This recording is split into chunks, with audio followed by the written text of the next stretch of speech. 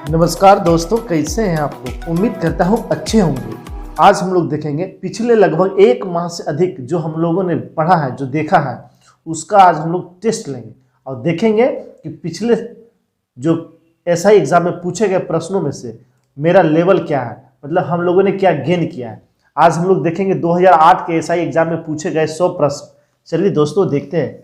और पहला प्रश्न है, भारत के महान्यायवादी की नियुक्ति कौन करता है। तो भारत के महान्यायवादी की नियुक्ति राष्ट्रपति करते हैं। कौन करते हैं? राष्ट्रपति करते हैं। महान्यायवादी भारत का सबसे बड़ा विधि अधिकारी होता है। यह संसद सदस्य ना होते भी उसकी कार्रवाई में भाग ले सकता है, लेकिन मत नहीं दे सकता है। चलिए दोस्तों अगला प्रश्न देखते हैं। प्रश्न है, भारत का राष्ट्रपति अपना त्यागपत्र किसे सौंपता है। बहुत आसान प्रश्न। भारत के राष्ट्रपति अपना त्यागपत्र उपराष्ट्रपति को सौंपते हैं। Option number C. Option number C. चलिए दोस्तों अगला प्रश्न देखते हैं। प्रश्न है, भारत के वर्तमान राष्ट्रपति कौन है। तो जिसमें 2008 की बात करें तो उसमें प्रतिभा पाटिल थी। कौन थी? प्रतिभा पाटिल। अभी है द्रौपदी मुर्मू। अभी द्रौपदी मुर्मू है। चलिए दोस्तों अगला प्रश्न देखते हैं। और प्रश्न है, भारत के 23वें सेना प्रमुख कौन बने हैं। तो भारत के 23वें कौन थे, जिसमें क्वेश्चन पूछा गया था उसके अनुसार, तो उसमें 23वें थे दीपक कपूर। कौन थे? दीपक कपूर। चलिए दोस्तों अगला प्रश्न देखते हैं। प्रश्न है, भारत के मुख्य न्यायाधीश कौन है। तो भारत के मुख्य न्यायाधीश जिसमें क्वेश्चन पूछा गया था उसमें थे बालकृष्णन। कौन थे? बालकृष्णन थे। और वर्तमान में डीवाई चंद्रचूड़ है। चलिए दोस्तों अगला प्रश्न है, राज्य मंत्री परिषद किसके प्रति उत्तरदायी होती है। तो राज्य की मंत्री परिषद विधानसभा के प्रति उत्तरदायी होती है। किसके प्रति? विधानसभा। सामूहिक रूप से विधानसभा के प्रति और व्यक्तिगत रूप से राज्यपाल के प्रति उत्तरदायी होते हैं। चलिए दोस्तों अगला प्रश्न है, बिहार में पुल सड़क निर्माण के लिए सरकार ने किस कंपनी के साथ अनुबंध किया है। तो ये उस समय का क्वेश्चन है, तो इसके अनुसार हो जाएगा Tantia construction. Option number B. Option number B. अगला प्रश्न देखते हैं। प्रश्न है, जूट के उत्पादन में बिहार का कौन सा जिला अग्रणी है। तो जूट उत्पादन में कौन सा जिला? कटिहार जिला। Option number D. चलिए दोस्तों अगला प्रश्न देखते हैं। 1857 के विद्रोह में बापू कुंवर सिंह ने बिहार के किस क्षेत्र से नेतृत्व प्रदान किया। तो हम लोग जानते हैं आरा क्षेत्र से। Option number C. किस क्षेत्र से? आरा क्षेत्र से। अगला प्रश्न है, नवनिर्मित नालंदा विश्वविद्यालय के विजिटर कौन बनाए गए हैं उस समय। ये 2008 का प्रश्न है, तो इसमें जो भी करंट से रिलेटेड प्रश्न होंगे वो 2008 के होंगे। तो उस समय थे APJ Abdul Kalam Azad. Option number D. चलिए दोस्तों अगला प्रश्न देखते हैं। और प्रश्न है, बिहार में लगभग कितने प्रतिशत पर कृषि कार्य होता है। तो बिहार में लगभग 60% पर कृषि कार्य होते हैं। अगला प्रश्न है, महान न्यायवादी को कौन हटा सकता है। तो महान न्यायवादी को राष्ट्रपति हटा सकते हैं। और राष्ट्रपति के पर्याप्त प्रसन्न ही ये पद ग्रहण भी करते हैं। चलिए दोस्तों अगला प्रश्न है, बिहार में कितना साक्षरता दर 2011 की जनगणना के अनुसार पूछा जा रहा है। तो 11 भी कभी कभी एग्जाम में पूछ लिया जाता है। तो 11 के अनुसार बिहार की उसमें साक्षरता थी 47.53। 47.53। चलिए दोस्तों अगला प्रश्न है, ध्यानचंद किस खेल से संबंधित खिलाड़ी रहे हैं। बहुत आसान सा प्रश्न है, हॉकी से। किससे? हॉकी से। भारतीय फील्ड हॉकी के भूतपूर्व खिलाड़ी एवं कप्तान थे। वे 3 बार ओलंपिक के स्वर्ण पदक विजेता वाले हॉकी टीम के सदस्य रहे हैं। उन्हें हॉकी का जादूगर भी कहा जाता है। और उन्हीं के जन्मदिन पर जो है राष्ट्रीय खेल दिवस मनाया जाता है। अगला प्रश्न है, शेरशाह के बचपन का क्या नाम था। तो शेरशाह के बचपन का नाम था Farid Khan. Option number A. क्या था? फरीद खां।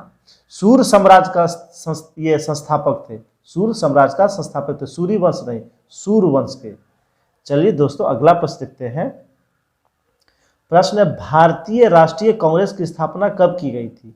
यानी कांग्रेस की स्थापना कब किया गया था? तो हम लोग जानते हैं 28 दिसंबर 1885 को। Option number C, option number C, 28 दिसंबर 1885 को। इसकी प्रथम बैठक कहाँ हुआ था? मुंबई के गोकुल दास तेजपाल संस्कृत कॉलेज के भवन में हुआ था, जिसकी अध्यक्षता किया था बोमेश चंद्र बनर्जी ने, और इस बैठक में कुल 72 सदस्यों ने भाग लिया था। अगला प्रश्न देखते हैं। प्रश्न है, व्यपगत का सिद्धांत से कौन संबंधित रहा है? कल के सेट में भी हम लोगों ने ये देखा है। तो Lord Dalhousie, doctrines of left किनसे संबंधित है? लॉर्ड डलहौजी से संबंधित है। और इसके तहत लॉर्ड डलहौजी ने अपने साम्राज्य में कुछ राज्यों को मिलाया था। सबसे पहले उन्होंने सतारा को मिलाया था 1848 में, उसके बाद जयपुर को, उसके बाद संबलपुर को, उसके बाद बघाट को। चलिए दोस्तों अगला प्रश्न देखते हैं। प्रश्न है, भारत का प्रथम वायसराय कौन था? तो भारत का प्रथम वायसराय था लॉर्ड कैनिंग। कौन थे? लॉर्ड कैनिंग थे। अब भारत में कंपनी द्वारा निर्मित अंतिम गवर्नर जनरल और ब्रिटिश साम्राज्य के अधीन नियुक्त भारत का पहला वायसराय थे कैनिंग। चलिए दोस्तों अगला प्रश्न है, ट्राई ब्रेकर शब्द किस खेल से संबंधित है? हम लोगों ने टेस्ट में भी देखा है। ट्राई ब्रेकर किससे संबंधित है? तो ट्राई ब्रेकर फुटबॉल में भी और हॉकी दोनों से संबंधित। Option number D, option number D.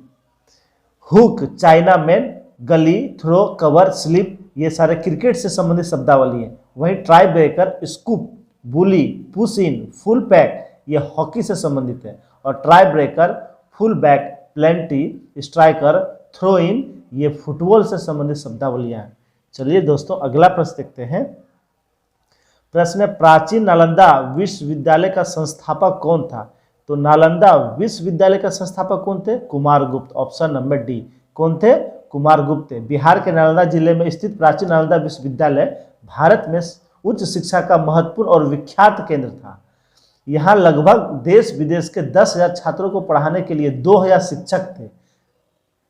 और इस विश्वविद्यालय की स्थापना किसने किया था? तो कुमारगुप्त ने किया था। चलिए दोस्तों अगला प्रश्न देखते हैं। प्रश्न है, मुंगेर निम्नलिखित में से किसकी राजधानी थी? तो मुंगेर किसकी राजधानी थी? मीर कासिम की राजधानी थी। किसकी? मीर कासिम।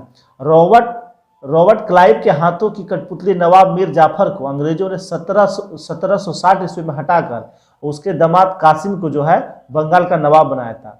मीर कासिम ने अपनी राजधानी मुर्शिदाबाद से मुंगेर स्थानांतरित किया था। तो मुंगेर की उसमें मीर कासिम की राजधानी मुंगेर थी। चलिए दोस्तों अगला प्रश्न देखते हैं। गुरु गोविंद सिंह की माता का क्या नाम था? तो गुरु गोविंद सिंह की माता का क्या नाम था? Bibi Zaila. Option number A. क्या नाम था? बीबी जैला। सिखों के 10वें एवं अंतिम गुरु थे गुरु गोविंद सिंह, जिनका जन्म 1666 ईस्वी में पटना में हुआ था। इनकी माता का नाम बीबी जैला तथा 2 पुत्र थे, फतेह सिंह और जोरावर सिंह, और इनके पिता का नाम था गुरु तेग बहादुर। चलिए दोस्तों अगला प्रश्न देखते हैं। प्रश्न है, फणीश्वरनाथ नाथ रेणु का जन्म कहाँ हुआ था? तो इनका जन्म बिहार के पूर्णिया जिले में हुआ था। Option number C, option number C. इनकी प्रमुख उपन्यास है मैला आंचल। कौन सा? मैला आंचल। अगला प्रश्न है, कामायनी पुस्तक के रचयिता कौन थे? तो कामायनी के रचयिता थे Jaishankar Prasad. Option number A. कौन थे? जयशंकर प्रसाद। यह आधुनिक छायावादी युग का सर्वोच्च एवं प्रतिनिधित्व महाकाव्य है। प्रसाद जी की यह अंतिम रचना 1936 में प्रकाशित हुई थी। ये कामायनी जो है इनकी अंतिम रचना थी। चलिए दोस्तों अगला प्रश्न देखते हैं। अब प्रश्न है, अर्थशास्त्र पुस्तक किसने लिखा था? तो हम लोग जानते हैं किसने लिखा था? कौटिल्य ने लिखा था। Option number B. किसने?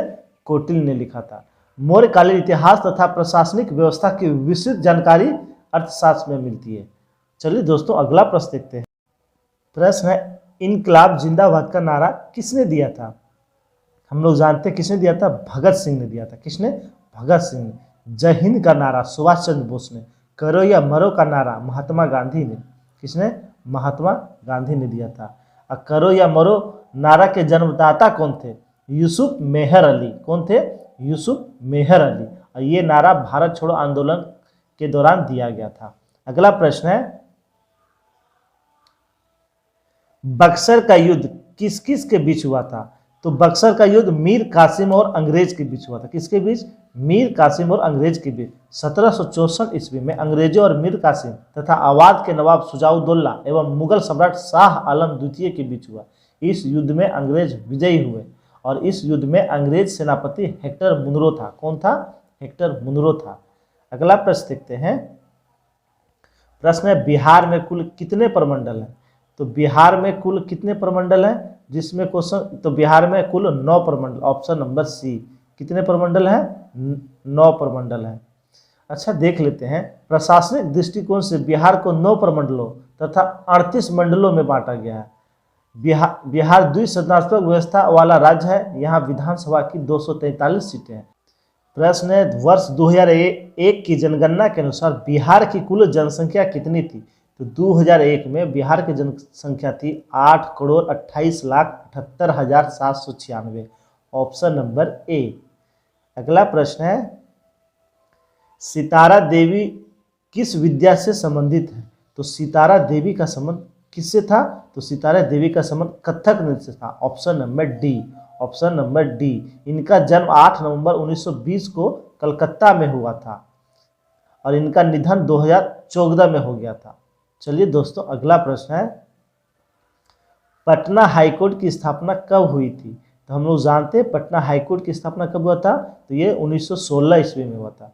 1916 ईस्वी में हुआ था। अनुच्छेद 214 के अनुसार राज्य के लिए एक उच्च न्यायालय होगा। वर्तमान में भारत में कितने उच्च न्यायालय हैं? तो 25 उच्च न्यायालय। सबसे अंतिम उच्च न्यायालय बना अमरावती उच्च न्यायालय।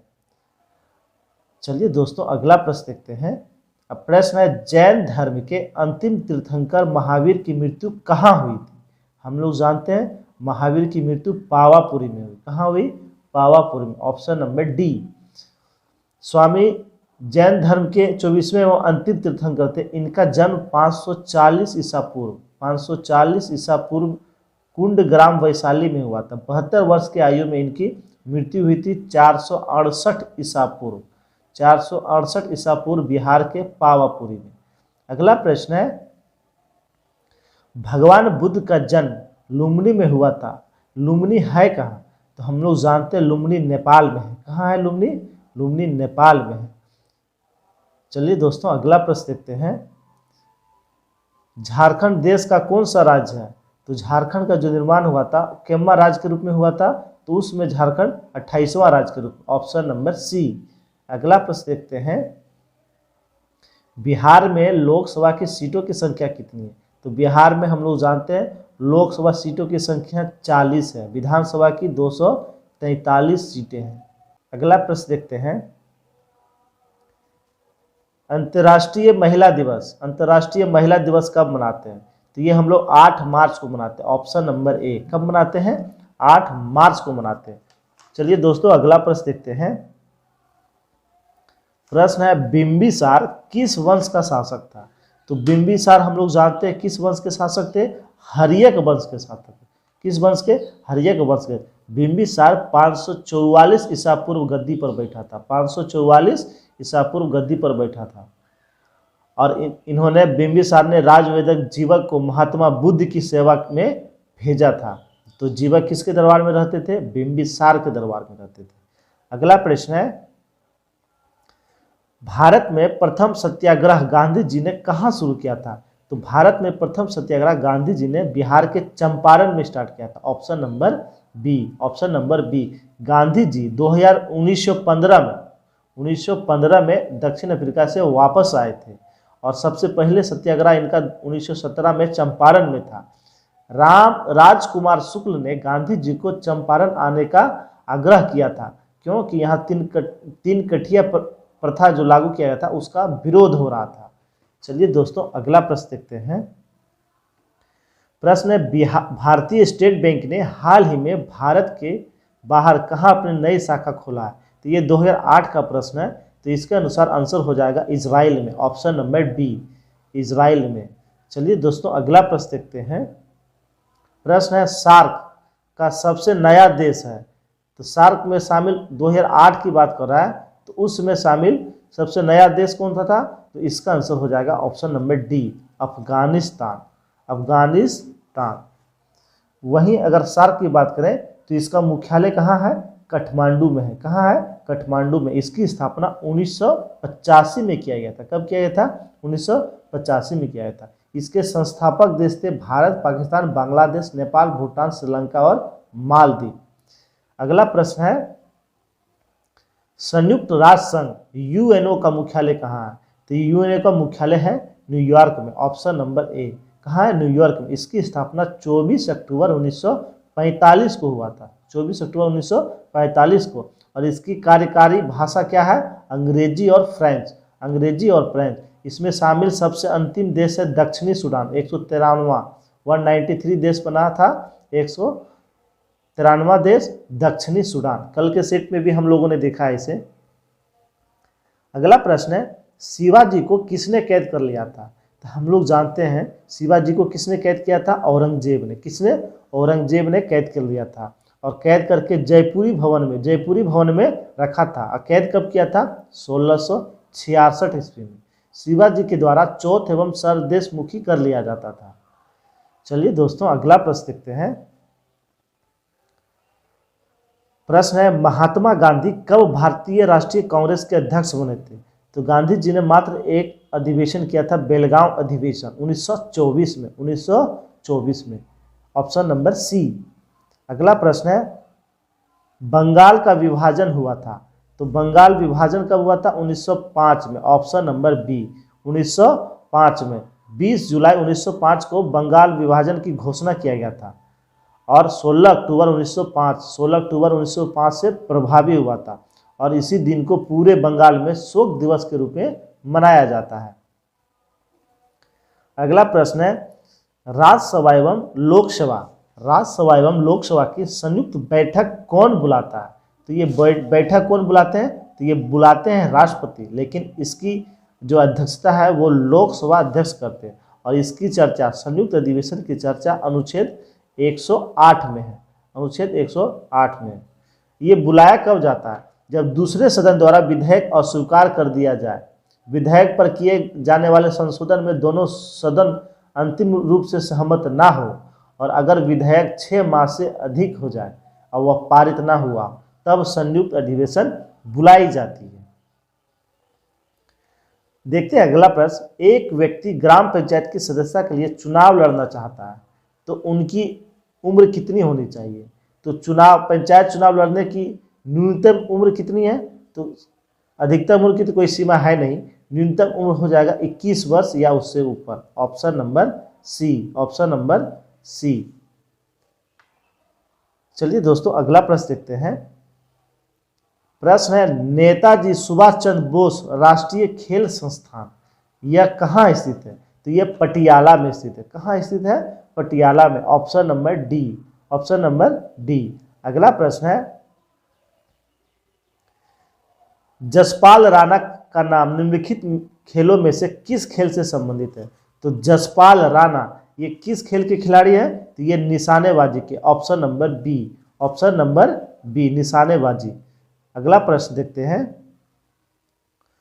प्रश्न है, राजा भोज निम्नलिखित में से किस राजवंश से संबंधित थे? तो राजा भोज परमार वंश के शासक थे राजा भोज। देख लेते हैं। राजा भोज मालवा के परमार वंश के 9वां यशस्वी राजा थे। उसने 1018 ईस्वी से 1060 ईस्वी तक शासन किया। उनकी राजधानी धार थी। कहाँ थी? धार थी। चलिए दोस्तों, अगला प्रश्न देखते हैं। प्रश्न है, दिल्ली के लाल किले में स्थित मोती मस्जिद का निर्माण किसने कराया? तो दिल्ली में के लाल किला में स्थित मोती मस्जिद का निर्माण औरंगजेब ने कराया था। किसने कराया था? औरंगजेब ने। Option number B. वहीं बात करें, आगरा के लाल किले में स्थित मोती मस्जिद का निर्माण शाहजहां ने कराया था। आगरा में जो है उस मोती मस्जिद का निर्माण शाहजहां ने कराया था। प्रश्न है, वर्ष 1857 में मेरठ में प्रथम सिपाही विद्रोह की आग किस दिन भड़की थी? तो ये भड़की थी 10 मई 1857 को। 10 मई 1857 को मेरठ की पैदल टुकड़ी 20 नेटिव इन्फेंट्री से इसकी शुरुआत हुआ था। चलिए दोस्तों अगला प्रश्न देखते हैं। अब प्रश्न है, महात्मा गांधी की हत्या नाथूराम गोडसे ने निम्नलिखित में से किस दिन किया था? तो हम लोग जानते हैं 30 जनवरी 1948 को। Option number D. Option number D. मृत्यु से पूर्व गांधी जी के मुख से निकले अंतिम शब्द थे हे राम। कौन से शब्द थे? हे राम शब्द थे। चलिए दोस्तों अगला प्रश्न देखते हैं। उसमें गांधी जी प्रार्थना सभा कर रहे थे। अगला प्रश्न है, हाल ही में भारत के किस पड़ोसी देश में राजतंत्र की समाप्ति कर गणतंत्र की स्थापना हुई है? तो 2008 की बात किया जा रहा है, तो उस समय हुआ था Nepal. Option number C. Option number C. अगला प्रश्न है, राज्यसभा का सदस्य निर्वाचित होने के लिए आवश्यक न्यूनतम उम्र सीमा कितनी है? तो आवश्यक न्यूनतम सीमा राज्यसभा के लिए है 30 वर्ष। कितना है? 30 वर्ष। और राज्यसभा की चर्चा अनुच्छेद 80 में है। किसमें है? अनुच्छेद 80 में है। और राज्यसभा को कभी भंग नहीं किया जा सकता, इसे उच्च सदन भी कहते हैं। और इसके सदस्यों का कार्यकाल 6 वर्ष होता है। अगला प्रश्न है, वर्ष 2010 में आयोजित होने वाले कॉमनवेल्थ खेलों की मेजबानी कौन करेगा? तो 2010 की जो कॉमनवेल्थ हुआ था उसकी मेजबानी भारत ने किया था। किसने किया था? भारत ने किया था। अगला प्रश्न है, वर्ष 2008 में हो रहे ओलंपिक खेलों का आयोजन स्थल, यानी 2008 में ओलंपिक खेल कहाँ हुआ था? तो 2008 में ओलंपिक खेल चीन में हुआ था। कहाँ हुआ था? चीन में हुआ था। Option number C. वहीं देखते हैं हम लोग, श्वेत क्रांति का संबंध किस क्षेत्र से? तो श्वेत क्रांति का संबंध दूध से है। किससे? दूध उत्पादन से। अच्छा आप लोग बताएं, श्वेत क्रांति के जनक किसे कहा जाता है? वर्जिन कुरियर को। वर्जिन कुरियर को कहा जाता है। अगला प्रश्न है, सतलज, चिनाब, रावी निम्न में से किसकी सहायक नदियां? तो ये हम लोग जानते हैं सिंधु की सहायक नदियां। किसकी सहायक नदियां हैं? सिंधु की सहायक नदियां हैं। अच्छा, सिंधु की कुल लंबाई है 2880 किलोमीटर। 2880 किलोमीटर। और भारत में ये 1134 किलोमीटर 1134 किलोमीटर। चलिए दोस्तों अगला प्रश्न है, WWE के भागीदार द ग्रेट खली का असली नाम क्या है? तो द ग्रेट खली का असली नाम है Dalip Singh Rana. Option number C. क्या नाम है? दलीप सिंह राणा। अच्छा ये है कहाँ के? ये भारत के हिमाचल प्रदेश में इनका जन्म हुआ था। इनकी लंबाई है 7 फीट और 3 इंच। 7 feet 3 inch.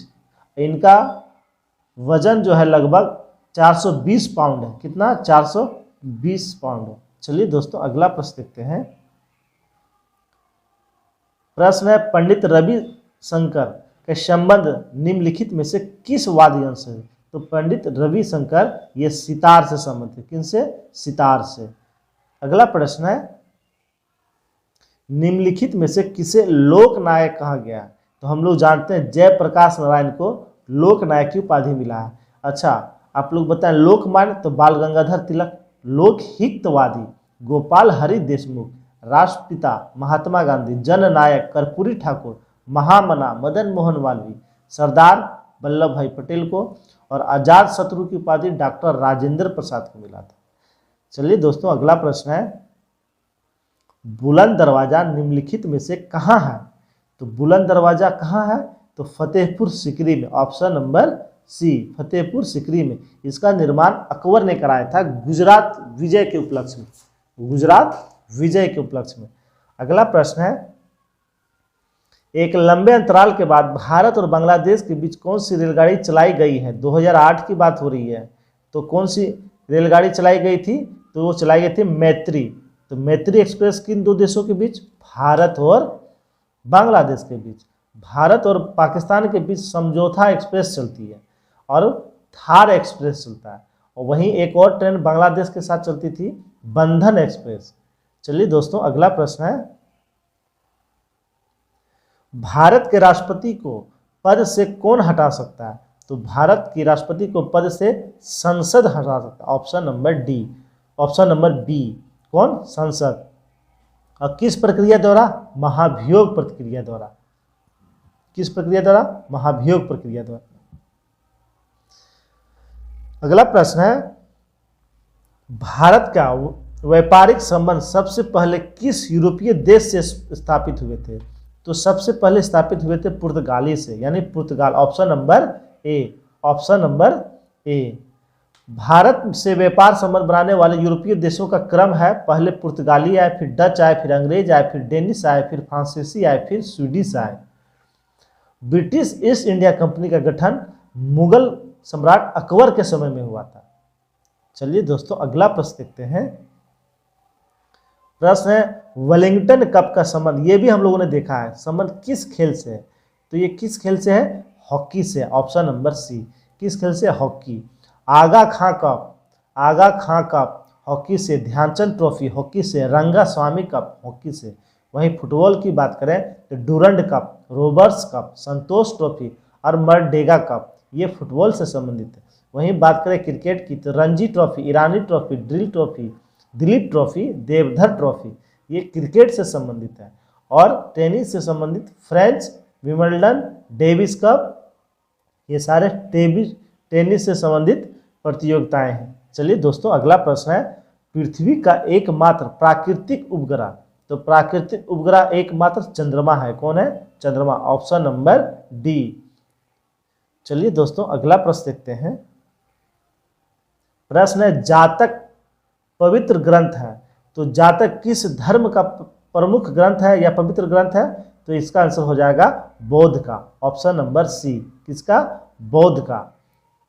अच्छा, जातक बौद्धों का प्रसिद्ध या पवित्र ग्रंथ है। जातक कथाएं प्रदर्शित करती है कि बोधित्व का अवतार मनुष्य रूप में भी हो सकता है तथा पशुओं में भी हो सकता है। बोधित्व के रूप में पुनर्जन्मों की दीर्घ श्रृंखला के अंतर्गत बुद्ध ने शाक्य मुनि के रूप में अपना अंतिम जन्म प्राप्त किया, परंतु इसके उपरांत मैत्रेय तथा अन्य अनाम बुद्ध अभी अवतरित होने शेष हैं। ये जातक ग्रंथ में वर्णित है। चलिए दोस्तों अगला प्रश्न है, स्वेज नौ परिवहन नहर, स्वेज नहर भूमध्य सागर को किससे से जोड़ता है? तो स्वेज नहर किसको जोड़ता है? भूमध्य सागर से। तो इसका आंसर हो जाएगा ऑप्शन नंबर डी, लाल सागर को। स्वेज नहर भूमध्य सागर को लाल सागर से जोड़ता है। अच्छा, स्वेज नहर की बात करें तो इसका निर्माण कब, इसका राष्ट्रीयकरण कब हुआ था? तो इसका राष्ट्रीयकरण हुआ था 26 जुलाई 1956 को। 26 जुलाई 1956 को मिस्र के राष्ट्रपति कर्नल नासिर के द्वारा, मिस्र के राष्ट्रपति कर्नल नासिर के द्वारा। अगला प्रश्न है, भगवान बुद्ध ने सबसे पहले धर्मोपदेश दिए थे, यानी भगवान बुद्ध का सबसे पहला उपदेश जो दिए थे वह कहाँ दिए थे? तो हम लोग जानते हैं कहाँ दिए थे, तो वह सारनाथ में दिए थे। Option number C, option number C. इन्होंने पाली भाषा में उपदेश दिया था। किस भाषा में? पाली भाषा में। और भगवान महावीर प्राकृत भाषा में, भगवान महावीर प्राकृत भाषा में। वहीं बुद्ध की सर्वाधिक उपदेश कहाँ दिए हैं? श्रावस्ती में दिए। अगला प्रश्न है, अनुच्छेद 370 का संबंध किस राज्य के विशेष प्रावधान से है? तो बहुत आसान सा प्रश्न, जम्मू कश्मीर से, जिसे अब समाप्त कर दिया गया है। वहीं अगला प्रश्न देखते हैं, रज्मनामा फारसी में अनुवाद था किसका? तो रज्मनामा किसका फारसी अनुवाद है? महाभारत का। Option number C, option number C. Mughal सम्राट अकबर ने फैजी की अध्यक्षता में अनुवाद विभाग की स्थापना किया था। किसके अध्यक्षता में? फैजी की अध्यक्षता। नकीब खां बदायूनी शेख सुल्तान ने रामायण तथा महाभारत का फारसी अनुवाद किया था। चलिए दोस्तों अगला प्रश्न देखते हैं। अब प्रश्न है, वह मुगल सम्राट जिसका 2 बार राज्याभिषेक हुआ था वह थे औरंगजेब। कौन थे? औरंगजेब। Option number D. हम लोगों ने पढ़ा भी है। पहला अभिषेक राज्याभिषेक इनका हुआ था 31 जुलाई 1658 को आगरा में, और फिर देवराई में इनका दूसरा राज्याभिषेक हुआ था। कब हुआ था? तो जून 1659 में, जून 1659 में। चलिए दोस्तों अगला प्रश्न है, अंग्रेजों को सुनहरा फरमान कब प्रदान किया गया था? तो अंग्रेजों को सुनहरा फरमान प्रदान किया था 1632 ईस्वी में। Option number B, option number B. 1632 ईस्वी में गोलकुंडा के सुल्तान द्वारा अंग्रेजों को सुनहरा फरमान जारी किया गया, जबकि मुगल बादशाह शाह आलम द्वितीय ने 1765 में 1765 में दीवानी प्रदान किया था, 1765 में। इसके तहत 3000 रुपये वार्षिक कर के बदले बंगाल में व्यापार करने का अधिकार दिया गया। चलिए दोस्तों, अगला प्रश्न है, पुर्तगालियों ने गोवा पर अधिकार कब किया था? तो पुर्तगालियों ने गोवा पर अधिकार किया था 1510 ईस्वी में। Option number B, option number B. 1510 ईस्वी में पुर्तगाली जो गवर्नर थे अल्फांसो द अल्बुकर्क ने गोवा पर कब्जा किया था। उसके बाद भारत के स्वतंत्र होने के बाद गोवा पुर्तगालियों के कब्जे में रहा और अंततः जाके 1961 में इन्हें मुक्त कराया गया था। चलिए दोस्तों, अगला प्रश्न है, रेशम। रेशम किससे उत्पन्न होता है? तो रेशम किससे उत्पन्न होता है? रेशम के कीड़ों के लार्वा से। ऑप्शन नंबर सी, रेशम के कीड़ों के लार्वा से उत्पन्न होता है। रेशम प्राकृतिक प्रोटीन से बना रेशा है। प्राकृतिक, इसमें कौन से प्रोटीन होते हैं? तो फिब्राइन, फिब्राइन इसके प्रमुख प्रोटीन है। यह कीड़ों के लार्वा से बनाया जाता है। सबसे उत्तम रेशम शहतूत के पत्तों पर पलने वाले कीड़ों के लार्वा से बनाया जाता है। चलिए अगला प्रश्न है, मोबाइल सेलफोन के काम करने के लिए निम्न में से कौन सा अत्यावश्यक है? तो मोबाइल सेलफोन काम करने के लिए उसमें काम करने में अनुकूल हैंडसेट, सेवा प्रदाता नेटवर्क और सिम कार्ड, ये तीनों की आवश्यकता है। तो इसका आंसर हो जाएगा option number D, option number D. चलिए दोस्तों, अगला प्रश्न है, निम्नलिखित में से कौन से पर्सनल कंप्यूटर के कुंजी पटल की कुंजी परंपरागत टाइपराइटरों में उपलब्ध नहीं है? यानी जो बटन होते हैं वह टाइपराइटरों में कौन सा बटन नहीं होता है? तो इसका आंसर हो जाएगा option number C, inter, option number C, inter. चलिए दोस्तों, अगला प्रश्न है, निम्नलिखित शब्दों में से कौन सा शब्द इंटरनेट कार्य प्रणाली से संबंधित है? तो देख लेते हैं, www, फिर है HTTP और ईमेल, ये सभी, ऑप्शन नंबर डी, ये सभी इंटरनेट कार्य प्रणाली से संबंधित है। अगला प्रश्न देखते हैं, किस रक्त वर्ग के व्यक्ति को सर्वदाता कहलाते हैं? तो कौन से? तो हम लोग जानते हैं blood group O, option number C, option number C. वहीं सबग्राही AB को कहा जाता है, सबग्राही AB को कहा जाता है। अगला प्रश्न है, तने की कटाई का प्रयोग निम्नलिखित में से किसे पुनः उगाने के लिए किया जाता है? तो किसे पुनः उगाने के लिए? तो इसमें कौन सा फसल?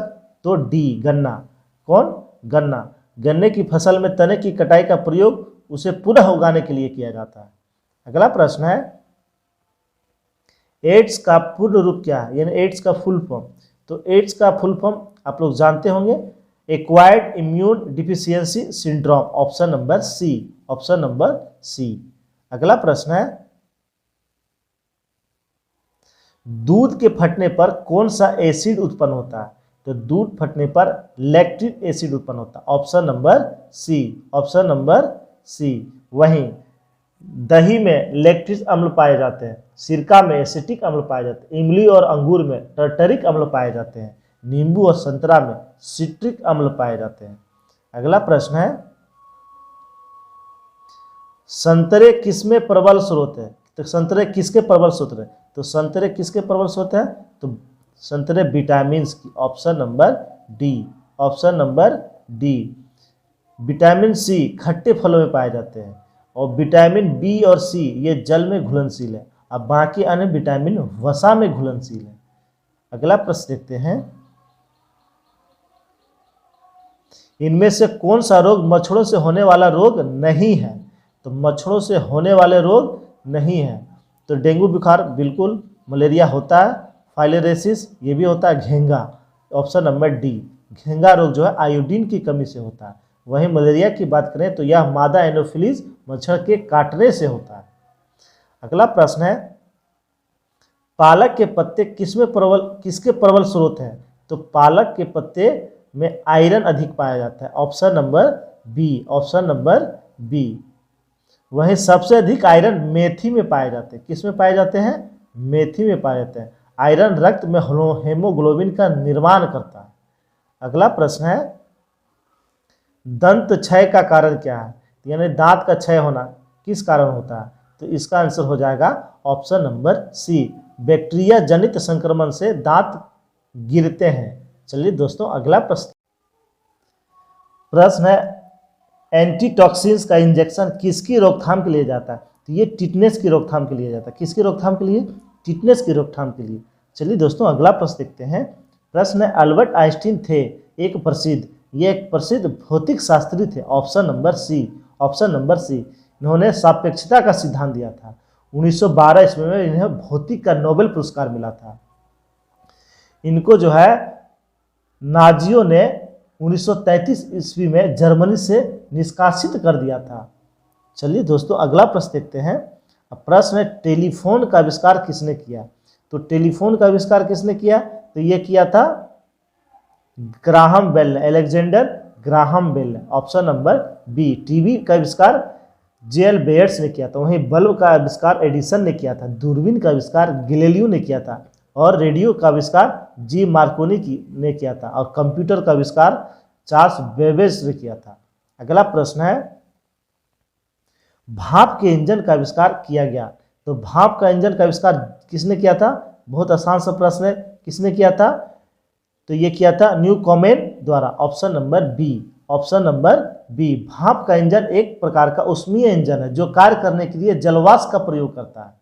किसका प्रयोग? जलवाष्प का प्रयोग होता है। चलिए दोस्तों अगला प्रश्न देखते हैं। प्रश्न है, संक्षिप्त रूप पीएसएलवी का फुल फॉर्म क्या है? तो हम लोग जानते हैं पीएसएलवी का फुल फॉर्म है polar satellite launch vehicles. Option number D, option number D. अगला प्रश्न है, जब किसी माध्यम का ताप बढ़ता है तो उस माध्यम में प्रकाश का वेग क्या होगा? तो ताप बढ़ने से प्रकाश का वेग पर कोई प्रभाव नहीं पड़ता है। तो इसका आंसर हो जाएगा अपरिवर्तित रहता है। Option number C, option number C. प्रकाश की वेग की सबसे पहले गणना किसने किया था? हम लोग देखें रोमर ने किया था। और प्रकाश की चाल कितना है? 3 × 10⁸ मीटर पर सेकेंड। अगला प्रश्न है, निम्न में से कौन सा गैस ग्लोबल वार्मिंग के लिए जिम्मेवार है? तो देख लेते हैं ग्लोबल वार्मिंग के लिए जिम्मेवार गैस। तो carbon dioxide. Option number A, option number ए। चलिए दोस्तों अगला प्रश्न देखते हैं। और प्रश्न है, निम्न में से किसमें अपरंपरागत ऊर्जा स्रोत का उपयोग होता है? तो किसमें होता है देख लेते हैं। इसका ऑप्शन हम लोग देख लेते हैं। मिट्टी का तेल लैंप, मोमबत्ती, सोलर लालटेन, टॉर्च। तो इसका आंसर हो जाएगा option number C, option number C. चलिए दोस्तों अगला प्रश्न देखते हैं। प्रश्न है, निम्न यंत्र में से विद्युत धारा मापने का यंत्र। तो विद्युत धारा मापने का यंत्र क्या है? तो हम लोग जानते हैं आमीटर। आमीटर से हम लोग विद्युत धारा मापते हैं। चलिए दोस्तों अगला प्रश्न है, डायनमो वह यंत्र है जो निम्न को परिवर्तित करता है। तो हम लोग जानते हैं डायनमो जो है यांत्रिक ऊर्जा को विद्युत ऊर्जा में, यांत्रिक ऊर्जा को विद्युत ऊर्जा में परिवर्तन करता है। Option number B.